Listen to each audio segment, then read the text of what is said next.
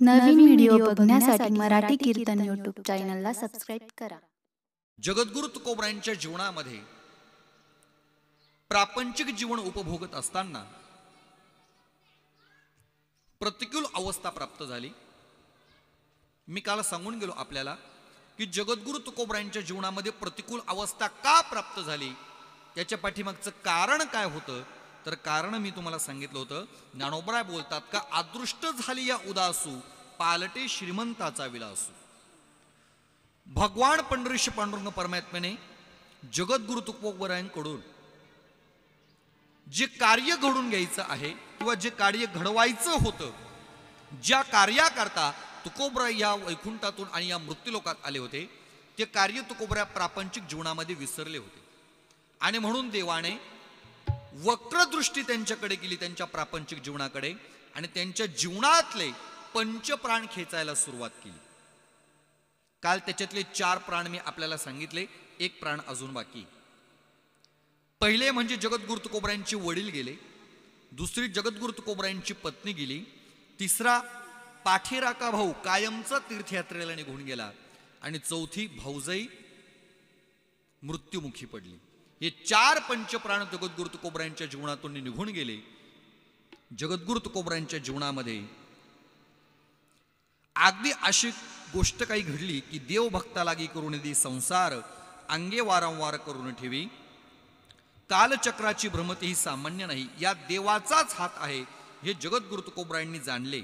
आणि त्यामुळे त्यांच्या मनाच्या कप्प्यामध्ये सूक्ष्म अवस्थेत दडलेल्या पूर्वीच्या परमार्थिक संस्कारांना चेतना मिळाली, आणि वाळवंटातील प्रवाशाला एखादा हिरवळीचा चारा भेटावा किंवा सुंदर पाणी प्यायला मिळावं, अशी तुकोबरायांच्या जीवनामध्ये अलगट एक सुंदर आणि छान अशी घटना घडली. जगद्गुरु तुकोबरायांच्या पत्नीने एका गोंडस बाळाला जन्म दिला. आवडीने त्याचं नाव ठेवलं होतं संतोजी. आता परिवार पोचण्याकरता चव्हाट्यावर जगद्गुरु तुकोबरायांनी एक वाणस वैद्याचं दुकान टाकलं. साधं आपलं असं ज्याला आपण टपरी ज्याला म्हणूयात, असं साधं दुकान तुकोबरायांनी टाकलं. एक काळ तुकोबरायांच्या जीवनातील असा होता की त्या काळामध्ये तुकोबरायांना तुका शेठ म्हणून संबोधल्या जायचं. पण जीवनामध्ये अनुकूल अवस्थेतनं जेव्हा मनुष्याचं प्रापंचिक जीवन हे प्रतिकूल अवस्थेला प्राप्त होतं ना, तेव्हा काय होतं माहिती का, तेव्हा मात्र महाराज अतिशय वाईट घटना जीवनामध्ये घडत असतात. जगद्गुरु तुकोबरायांनी तो दुकानाचा व्यवसाय 4 वर्षे कसा तरी सांभाळला. अविश्रांत रात्रंदिवस तुकोबरायांनी कष्ट केले. रात्रंदिवस तुकोबरायांनी काय केलं, कष्ट केले. बरं, कष्ट केले. पण एक लक्षात ठेवा, मनुष्य आपल्या जीवनामध्ये कष्टार्जित जीवन जगतो ना, जगत नाही असं काही नाही. प्रत्येक जण आपल्याला या मृत्यूलोकामध्ये, या प्रापंचिक जीवनामध्ये जन्माला आलेली प्रत्येक व्यक्ती ही आपल्या जीवनामध्ये कष्ट करते. ह्या जगामध्ये 2 प्रकारचे लोक आपल्याला पाहायला मिळतील. किती प्रकारचे लोक सांगितले मी आपल्याला? 2 प्रकारचे. एक कष्टाळू आणि 2 कसटाळू. म्हणजे काही गोष्ट कष्टार्जित जीवन जगतात, तर काही समाज हा कसटाळू असं जीवन जगतो. पण जगद्गुरु तुकोबरायांनी आपल्या जीवनामध्ये कष्टार्जित जीवन जगले. 4 वर्ष खूप चांगले कष्ट केले, खूप काबाड कष्ट केले, रात्रंदिवस कष्ट केले. कशा करता? प्रपंचा करता. जगद्गुरु तुकोबरायांचं आपण परवापासून 2-3 दिवसापासून प्रापंचिक जीवन चरित्र अभ्यासतो. प्रापंचिक जीवनाकरता तुकोबरायांनी कष्ट केले, खूप कष्ट केले.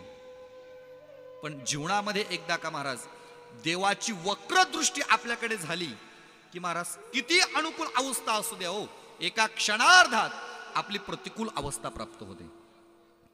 बस त्या पद्धतीने तुकोबरायांनी महाराज 4 वर्ष खूप कष्ट केले. पण 4 पैसे मिळण्यापेक्षा पदरामध्ये पडला तो तोटाच. समजा एखादा व्यवसाय व्यापार करत असताना आपल्या जीवनामध्ये जर जी मुद्दल आपण अडकवलेली असते व्यापारामध्ये, त्या मुद्दल मध्येच जर तोटा येऊ लागला तर धंदा परवडणार आहे का? मी बोलत नाही, जगद्गुरु तुकोबरायांचं गोड प्रमाण आहे. मुद्दलात पडे तोटा, खरा खोटा उदीम. उदीम म्हणजे व्यवसाय, धंदाच परवडे ना महाराज. संपूर्ण कुटुंबाची उपासमार होऊ लागली. दुःखाचे डोंगर जगद्गुरु तुकोबरायांच्या जीवनामध्ये कोसळले. अंगावर कर्ज झालं. गोठ्यात 4 जनावरं होती, त्यापैकी 3 रोगाने मेली. सावकारांनी घर लुटलं. जगामध्ये अपमान होऊ लागला. कर्ज काढून उद्यम केला, पण त्याने काही सार्थक झाले नाही.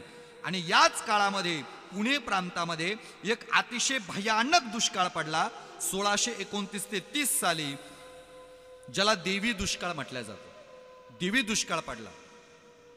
आणि दुष्काळ पडल्यामुळे परिणाम असा झाला, अगोदरच कौटुंबाची वाताहत झाली. जेवढं धन कमवलं होतं ते सगळं धन लोकांनी घेऊन गेले. ज्यांच्याकडून उचल घेतली होती त्या लोकांनी मागायचा तगादा धरला.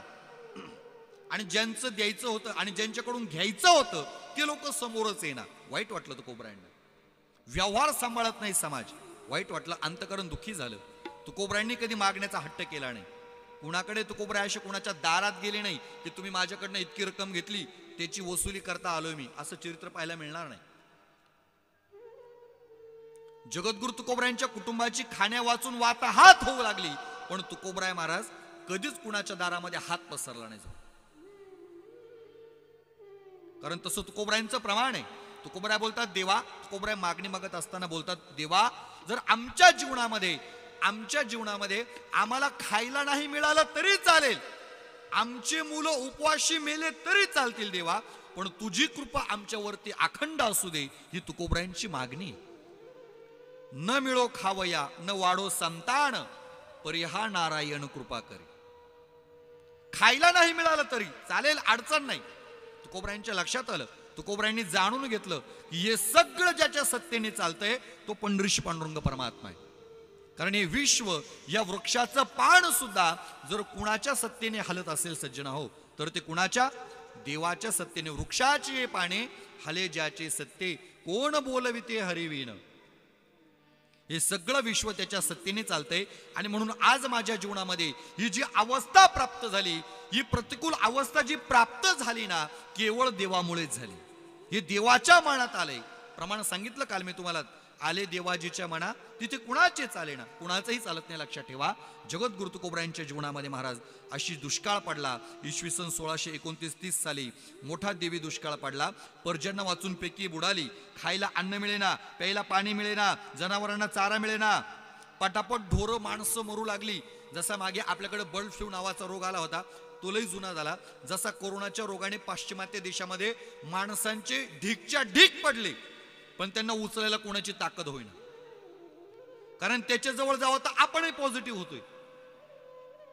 त्यामुळे समाज आपल्या जवळचा व्यक्ती आपल्या समोर मृत पडलाय, प्राण सोडतोय, आपल्या समोर त्याच्या कंठातनं प्राण निघतोय, पण तरी सुद्धा आपण त्याच्या जवळ जायला तयार नाही. का तयार नाही? देवी दुष्काळ पडला तुकोबरायांच्या काळामध्ये. महाराज जशी जनावरं मरू लागली, गोठ्यामध्ये खायला अन्न नाही, काही राहिलं नाही, गोठ्यामध्ये चारा राहिला नाही, घरामध्ये अन्न राहिलं नाही. आणि त्यातली त्या जगद्गुरु तुकोबरायांची पहिली पत्नीने महाराज छोट्या गुंडस बाळाला जन्म दिला नेमकाच. आणि जर त्या माता माऊलीलाच खायला मिळेना तर त्या बाळाला दूध तरी कुठून येणार आहे हो. महाराज जगद्गुरु तुकोबरायांच्या जीवनामध्ये असं करता करता रुक्माई मातेने 2-4 दिवस कसे बसे काढले, पण शेवटी त्या बाळाला दूध मिळेना. त्यांनाच खायला नाही तर बाळाला दूध कुठून येणार हो. इतकी वाताहात होऊ लागली, इतकी वाताहात. आणि जगद्गुरु तुकोबरायांच्या जीवनातला देवाने जो 5वा प्राण खेचला, तो 5वा प्राण म्हणजे नुकताच जन्माला आलेलं त्यांचं बाळ संतोजी. याच्यावरती काळाने घाला घातला आणि नुकताच जन्माला आलेलं गोंडस बाळ अगदी बारशाच्या आत महाराज मृत्युमुखी पडलं.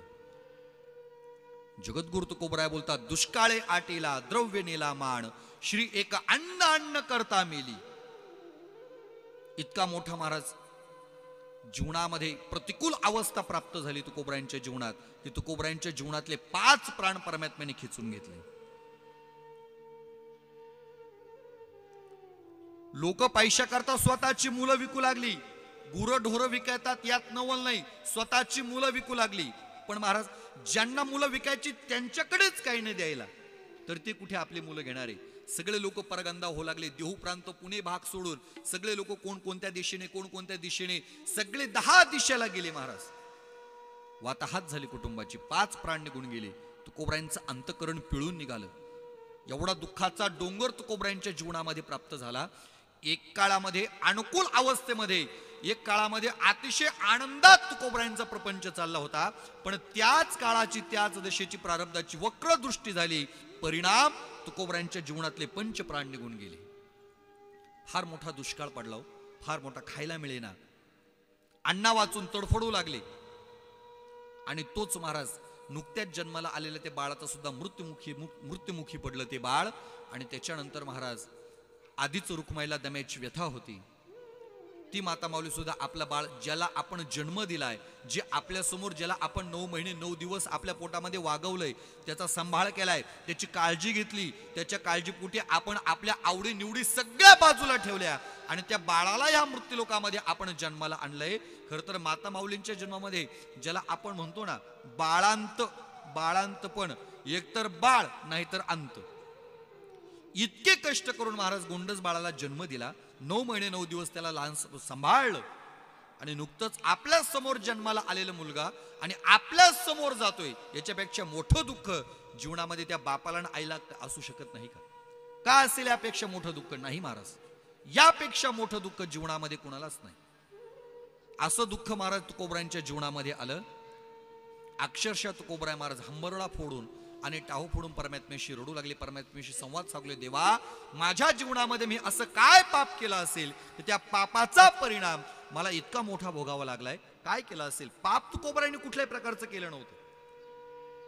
आमच्या 7-8 पिढ्यांनी देवा तुझी सेवा केली, तुझ्या सेवेमध्ये आमच्या 7-8 पिढ्या निघून गेल्या. बहुत सुकृताची जोडी असे आमच्या जीवनामध्ये आमच्या 8 पिढ्यांनी जीवन जगले देवा. आणि माझ्या जीवनामध्ये असा प्रसंग, इतकी वाईट घटना माझ्या जीवनामध्ये यावी? माझे वडील गेले, माझी आई गेली, माझा भाऊ गेला, माझी भाऊजाई गेली, माझा मुलगा गेला, माझी पत्नी गेली. महाराज जगद्गुरु तुकोबरायांच्या जीवनामध्ये अतिशय दुःखाचा प्रसंग आला, अतिशय दुःखाचा प्रसंग. आणि म्हणून महाराज म्हणू लागले, देवा, या दुःखाचे वेगळं तू आम्हाला कर रे देवा. काहीतरी आमच्या जीवनामध्ये असं कर की या दुःखाचे वेगळं मी झालो पाहिजे. इतका मोठा त्या रोगाचा फैलाव पसरला होता. दिल्लीच्या तख्तावर बसलेला होता तो शहाजहान बादशाह, पण त्या बादशाने मात्र पाठ फिरवली. पायलीवर होणं देऊन सुद्धा पायलीवर धान्य मिळेना. होणं म्हणजे सोन्याची नाणं पायलीवर. एक पायली लोकांकडे पूर्वीच्या काळी फार सोनं होतं. पायलीवर सोनं घ्या पण पायलीवर धान्य द्या. कुणी द्यायला तयार नव्हतं, कुणी द्यायला तयार नव्हतं. इतकी वाताहात जीवनामध्ये होऊ लागली.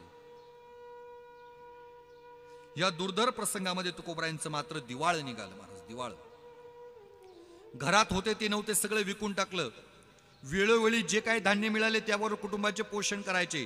2 दिवशी मिळे अन्न, भाजी पान भक्षिती.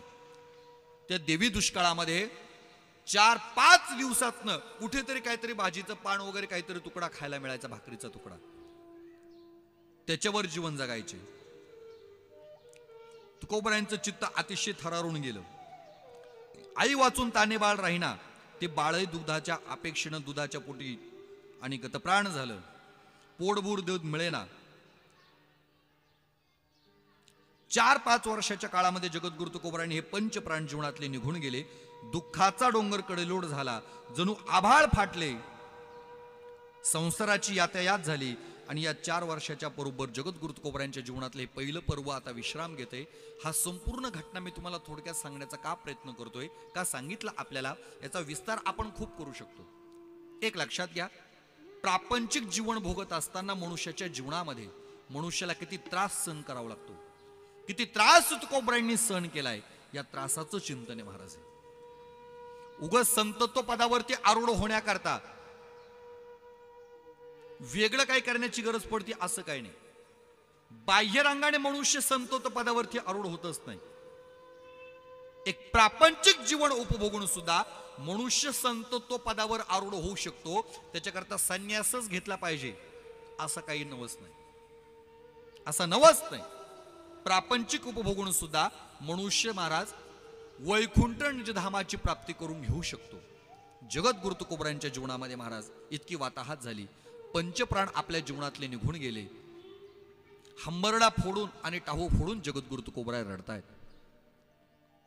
देवा काय करावं? जगद्गुरु तुकोबरायांच्या लक्षात आलं, बस आता झडझोडोनी वाहिला निग अनित्यम सुखम लोक मिमम प्राप्य वजस्सुमाम मन मना भवमत भक्तो मद्या जिमाम नमस्कुरु. बस हा अनित्य असणारा आणि क्षणभंगूर असणारा दुःखदायक असा हा प्रपंचिक जीवन आहे, हे तुकोबरायांच्या लक्षात आलं. जगद्गुरु तुकोबरायांनी स्वतः अनुभव घेतला. आपल्या समोर आपल्या घरातली एक एक व्यक्ती निघून जाते. खर तर जगद्गुरु तुकोबरायांचं नाव घेतलं तरी यमाला चळकाप सुटायचा, ही ताकद तुकोबरायांच्या नावात होती. मग तुकोबरायांनी जर त्या काळाकडे पाहिलं असतं तर त्या काळाची ताकद झाली नसती त्यांच्या घरातले 5 पंचप्राण खेचायला. पण महाराज एक लक्षात ठेवा, जगद्गुरु तुकोबरायांनी हा मृत्यूलोकातला नियम मोडू दिला नाही, मोडला नाही. हा जो काळ आहे ना सज्जना, हो काळ हा भयानक आहे. एक क्षणाचा या मृत्यूलोकामध्ये आपला भरोसा नाही. ज्ञानोबराय बोलतात, क्षणभंगूर नाही भरवसा याच्या करता व्हारे सावध तोडा माया आशा. एका क्षणाचा ह्या मृत्यूलोकामध्ये भरोसा नाही सज्जनो, एक क्षणभर सुद्धा. कबीर महाराज बोलतात, एकतर या मृत्यूलोकामध्ये जन्माला आलेली प्रत्येक व्यक्ती ह्या मृत्यूलोकातून जाते, जाणारच आहे. या जगामध्ये असं आलंय कोण की ते चिरंजीव पदाला प्राप्त झाले? एक लक्षात ठेवा, 7 जणांची यादी सोडली तर ह्या मृत्यूलोकातून सगळेच्या सगळे जाणाऱ्यांचा वर्ग आहे हा. बरं, सगळे जाणारे. अश्वत्थामा बलिर्व्यासो हनुमानश्च बिभीषणः कृपा परशुरामश्च सप्तेती चिरंजीविनः. हे 7 जण जर सोडली तर बाकीचे सगळे या मृत्यूलोकातून जाणार आहे. इथं जगायला कुणीच आलेलं नाहीये.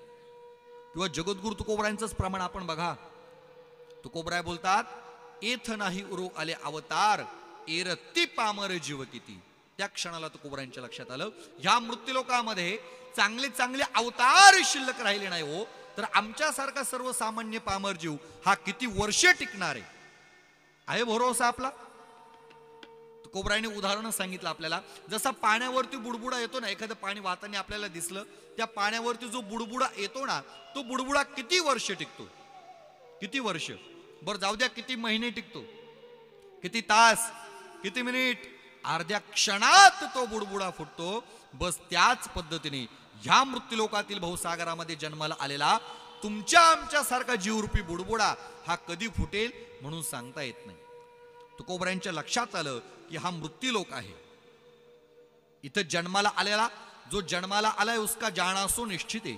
त्याचं मरण हे त्रिकाला बाधित सत्य, अपरिवर्तनीय सत्य आणि आदिमाध्यांतर सत्य आहे. जन्माला आलेली प्रत्येक व्यक्ती या मृत्यूलोकातून जाणार आहे, हे शाश्वत सत्य जगद्गुरु तुकोबरायांनी स्वतःच्या डोळ्याने पाहिलं. ज्या ज्या गोष्टींचा अनुभव तुकोबरायांना आलाय तो अनुभव महिपती बाबांनी जगद्गुरु तुकोबरायांच्या चरित्रामध्ये अतिशय स्पष्ट उल्लेख केलेला आहे. संसाराची अनित्यता तुकोबरायांच्या लक्षात आली.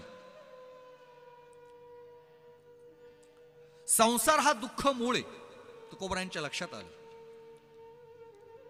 खरं तर दुःखाचं मूळच जर काय असेल तर तो संसार आहे. पंचदशीकार वर्णन करतात, संसरती इति संसारः. ये संसार खिसकता रहता है, सरकता रहता है, कोई इसको कितना भी पकड़ने का प्रयास करे ये किसी की पकड़ में नहीं आता. आपण किती या संसाराला, या प्रापंचिक जीवनाला आपल्या ताब्यात धरण्याचा प्रयत्न करा, पण ते ताब्यात पकडत नाहीत. तो प्रापंचिक संसार आपल्याला ताब्यात पकडतो, पण तो आपल्या ताब्यात येत नाही. तुकोबरायांच्या लक्षात आलं, ह्या मृत्यूलोकामध्ये, या संसार सागरामध्ये एक क्षणभर सुद्धा आपल्याला सुख मिळणार नाही. एक क्षणाचा या मृत्यूलोकामध्ये आपला भरोसा नाहीये. जन्माला आलेली प्रत्येक व्यक्ती या मृत्यूलोकातून जाणार आहे. कबीर महाराज बोलतात, आया है सो जाएगा राजा रंक फकीर. कोणी असू द्या, मरणाच्या बाबतीत वशिलेबाजी चालत नाही. हा लोक जर कुणाचा असेल तर तो हा मरणाऱ्यांचा लोक आहे. इथं काळ असा विचार करत नाही, हा श्रीमंत आहे का हा गरीब आहे, हा शिकलेला आहे की हा न शिकलेला आहे, हा कोणत्या समाजाचा आहे हे बघत नाही, हा कोणत्या धर्मातला आहे हे बघत नाही, हा कोणत्या प्रांतातला आहे हे बघत नाही. काळ विचार करत नाही, काळाला कुठल्याही प्रकारचं काही घेणं नाही. बस काळ फक्त आपली वाट पाहतो. आपल्या सोबत जर कोण राहत असेल तर तो काळ राहतो. ही अनित्यता तुकोबरायांनी प्रापंचिक जीवनातली मृत्यूलोकातली ओळखली. क्षणाक्षणाला आपली वाट जर कोण पाहत असेल तर घडी घडी काळ वाट याची पाहे, अजून तरी किती आहे अवकाश. तो काळ क्षणाक्षणाला आपली वाट पाहतोय. याचं कधी कर्तव्य कर्म संपतंय आणि मी कधी याचा प्राण खिचून घेतोय, ही वाट जर कोण पाहत असेल ना तर तो काळ पाहतो. लक्षात ठेवा, ही अनित्यता, ही प्रापंचिक जीवनातील या मृत्यूलोकातील अनित्यता तुकोबरायांच्या लक्षात आली. आणि मग तुकोबरायांनी एक ठरवलं की आपल्या जीवनामध्ये या प्रापंचिक जीवनाचा अनुभव तुकोबरायांना आला. संसार दुःखरूप आहे हे शास्त्र सिद्धांत आहे आणि सर्व सुज्ञ जीवांचा अखेर हाच अनुभव आहे. जन्म मरणाच्या फेऱ्यात सापडलेल्या याचे यावत जीव मात्र प्राण्यांना आपत्तीला तोंड द्यावे लागले, कारण संसार म्हणजे आपत्तीचं माहेरघर आहे. जन्म मरण मोक्ष आहे.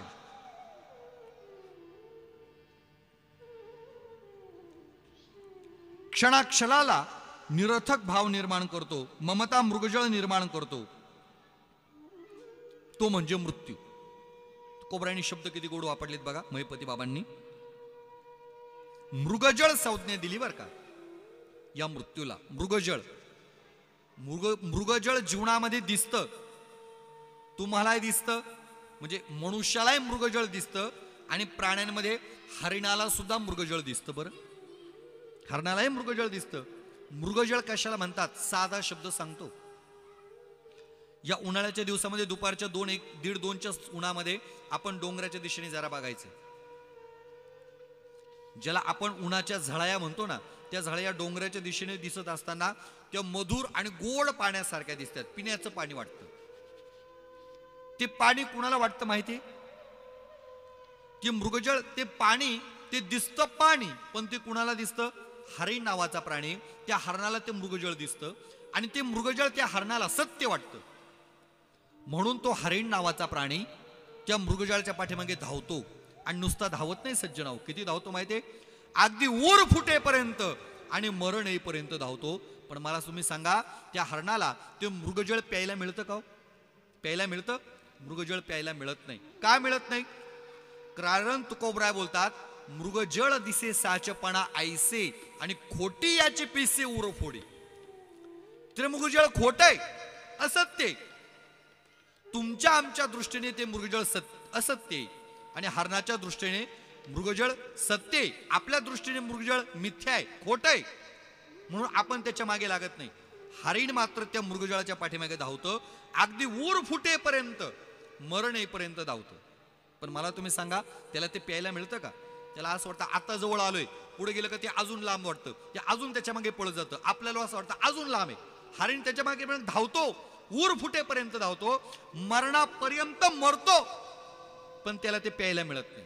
का प्यायला मिळत नाही? याचं कारण काय असेल ना, तर ते मिथ्या आहे, खोट आहे, म्हणून त्याला ते प्यायला मिळत नाही. अगदी बस हरणाप्रमाणेच आपलं जीवन आहे.